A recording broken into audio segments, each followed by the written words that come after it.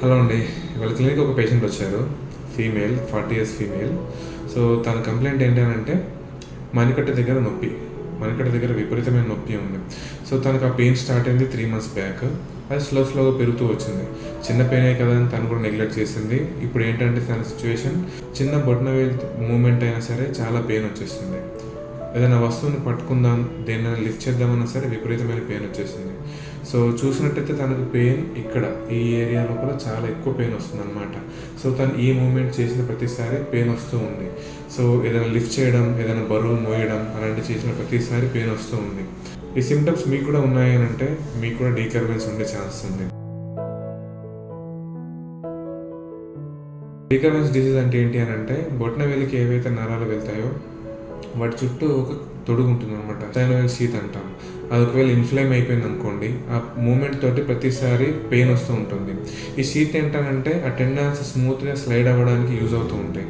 So ఎప్పుడైతే ఆ sheath inflammation తోటి టైట్ అయిపోతుందో ఎవ్రీ థంబ్ మూమెంట్ పెయిన్ వస్తూ ఉంటుంది. ఆ పెయిన్ చాలా విపరీతంగా ఉంటుంది. ఆ పెయిన్ తోటి బొటనవేలు మూమెంట్ కూడా అవ్వదు. సో మోస్ట్ కామన్ ఎవరిలో చూస్తుంటామంటే ఈ మణికట్టు దగ్గర మూమెంట్ ఎక్కువ చేసేవాళ్ళు, ఈ థంబ్ని ఎక్కువ యూజ్ చేసే వాళ్ళ లోపల, పిన్సర్ మూమెంట్స్ ఎక్కువ చేసే వాళ్ళ లోపల చూస్తూ ఉంటాం. సో కొంతమంది ఏంటంటే చేతికి టైట్గా బ్యాండ్స్ కట్టేస్తూ ఉంటారు. ఆ టైట్ బ్యాండ్స్ కూడా కొన్నిసార్లు ఏమవుతాయంటే ఆ టైట్నెస్ వల్ల కూడా చిన్న ఇన్ఫ్లమేషన్ స్టార్ట్ అయ్యి అది మళ్ళీ పెరుగుతూ డీకర్వెన్స్ వరకు దారితీస్తుంది. మణికట్టు దగ్గర ఉన్న ప్రతి నొప్పి డీకర్వెన్స్ అవుతుందా అంటే అలా కాదండి. మీరు ఎప్పుడైనా సరే మీరు చెక్ చేసుకోవాలంటే మీ బొటనవేలుని ఇలా లోపలికి మడుచుకొని చేయిని కొద్దిగా ఇలా చేయడానికి ప్రయత్నించండి. ఒకవేళ మీకు ఇలా అంటే పెయిన్ వస్తుంది అని అంటే మీకు డీకర్వెన్స్ ఉన్నట్టు. మెడిసిన్స్ తోటి అండ్ చిన్న పట్టి ఉంటుంది, థమ్స్ పైకా స్ప్లింట్ అంటాం. దాన్ని యూస్ చేసి కొద్దిగా రెస్ట్ ఇస్తే ఆ ఇన్ఫ్లమేషన్ సెటిల్ డౌన్ అయిందనుకోండి, మీరు బయటపడవచ్చు. కొద్ది మందిలో పట్టి వేసినా మెడిసిన్స్ వాడినా కూడా ఇంప్రూవ్మెంట్ ఉండదు. వాళ్ళకి ఏం చేస్తామంటే ఆ ఏరియాలో ఒక చిన్న స్టెరాయిడ్ షాట్ అంటాం. సో అక్కడ ఇంజెక్ట్ చేస్తే ఆ ఇన్ఫ్లమేషన్ ప్రాసెస్ ఆగిపోయి మీరు రికవర్ అయ్యే ఛాన్స్ ఉంటుంది.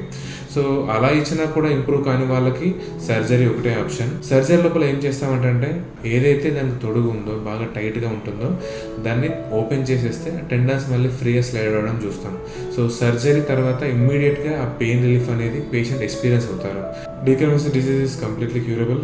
ఇనిషియల్ స్టేజ్లో ఉన్న వాళ్ళకి మెడిసిన్స్ కానీ చిన్న ఇంజెక్షన్ వల్ల కానీ బయటపడుకోవచ్చు. నెగ్లెక్ట్ చేసిన వాళ్ళ లోపల మాత్రమే సర్జరీ వరకు వెళ్తుంది. కొంతమంది ఈవెన్ సర్జరీ ఇండికేటెడ్ అయినా కూడా చేయించుకోకుండా అలాగే వెయిట్ చేస్తూ ఉంటారు. దానివల్ల ఏమైపోతుందంటే బొటనవేలు మొత్తం బిగుసుకుపోయి సర్జరీ తర్వాత చేసినా కూడా మూమెంట్ రాకుండా ఉండే ఛాన్సెస్ ఉంటాయి.